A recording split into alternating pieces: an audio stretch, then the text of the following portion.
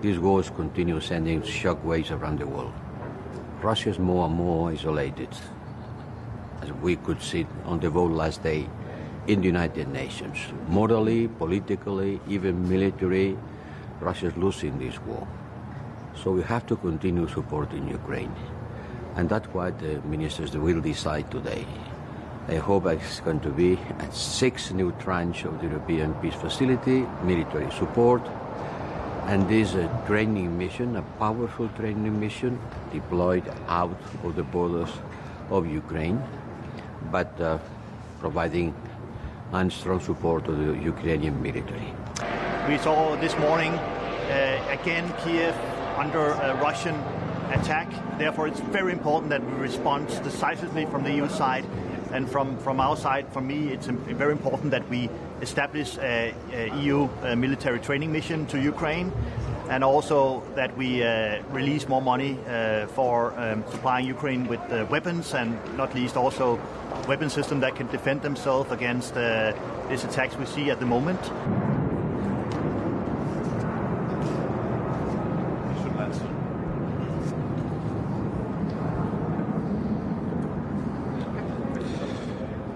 In the international accountability should be no loopholes to the responsibility of Russian or high authorities on their aggression war crime they are committing against the Ukrainian people, against Ukrainian statehood. And therefore, there is an imminent need to establish an international tribunal on this international crime, because ICC competence and other international criminal law institutions' competence currently does not cover this responsibility. And this is an issue we are going today raise, that this, a pledge to establish this tribunal, should become an European Union policy. But indeed, the Baltic states believe that the crime of aggression is not covered, that we have spent a couple of months arguing which way is better, but the best way at this point would be a special tribunal established by those countries that are willing to do that, of course including Ukraine, and that especially taking into account all those atrocities committed by the Russian armed forces in Ukraine, shelling of civilian objects, critical infrastructure, there is need not only for more sanctions, not only for more weapons, which is very obvious to Ukraine, but also to establish and to show that there is accountability, that no crime goes unpunished. There's full support to the ongoing investigations in the ICC and within other institutions. But it's obvious that we would not need to have all those investigations if not for crime of aggression itself. So we cannot investigate what we can and leave what our arms cannot reach at this point. We cannot find that there is a soldier, a general, to blame for the atrocities in Ukraine, but leave the fact that somebody gave an order in Moscow, in Kremlin, to start the war on aggression. And if we don't create a precedent here, that means that all the other future aggressors will have their hands free to start new aggressions in the future. And since we're living to the two countries that are currently participating in the aggression, this is why I think that the reason is why we step forward, 3 Baltic states, and ask our European friends and allies to come with us and start this tribunal.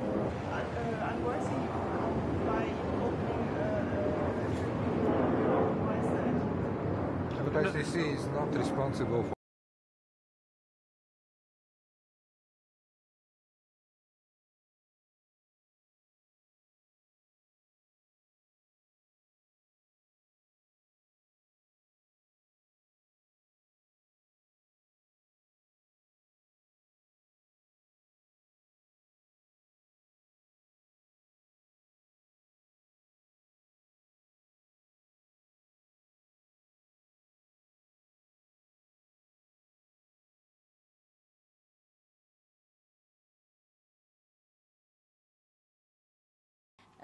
welcome to this press conference following the Foreign Affairs Council today. The HRVP will brief you we agreed on establishing an European Union military assistance mission to support the Ukrainian armed forces. That will be happening in European Union soil. The training will take place in the European Union soil, and the mission has a purpose. It's to train around 15,000 troops to start with. Maybe more, but the first objective is to train 15,000 troops. Thank you. Thank you very much. And now we have the latest reports the Council has been studying, coming from NGOs, state that over 100 people have died. According with this fact, and according with the proposal of several member states studied by the ambassadors, the Council adopted today restrictive measures against 11 individuals on 4 entities, targeting those linked to the death of Masha Amini and to the repression of peaceful protesters. I'm going to ask I was going to answer the question in Spanish to be sure that I master well the language. The issue of the use of drones by Russia, allegedly supplied by Iran in the war in Ukraine, had been also considered by the ministers.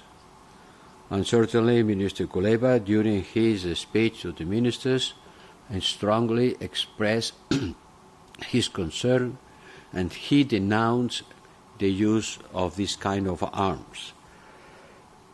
We are following very closely this use of drones.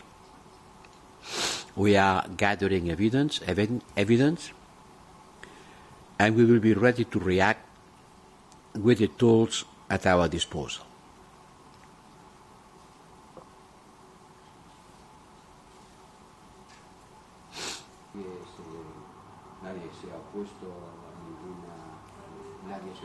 microphone. No está abierto. ¿Está abierto? Sí, sí, está abierto. No. Good afternoon, everybody. The most recent escalation, the United States strongly condemns Russia's missile strikes today, which continue to demonstrate Putin's brutality. As you know, President Biden and the G7 leaders met with President Zelensky last week, and President Biden also spoke with President Zelensky one-on-one the day before that G7 conversation. We are in daily touch with the Ukrainians across the administration, from the National Security Advisor to the Department of Defense and the Department of State. On Friday, we announced an additional $725 million in security package for Ukraine to provide critical needs for it to defend itself, continue to defend itself, and bravely. Does this administration believe that we are entering a new phase of the war in Ukraine? We have been very clear about how we've been seeing Russia's escalation over the past several weeks, and so what we will do is to continue to support the people of Ukraine. What we will do is to make sure that they have what they need to continue their the way that they are fighting bravely on the ground. Is the administration mulling sanctions over the use of Iranian-made drones in Ukraine, and do you believe it's a violation of UN Resolution 2231?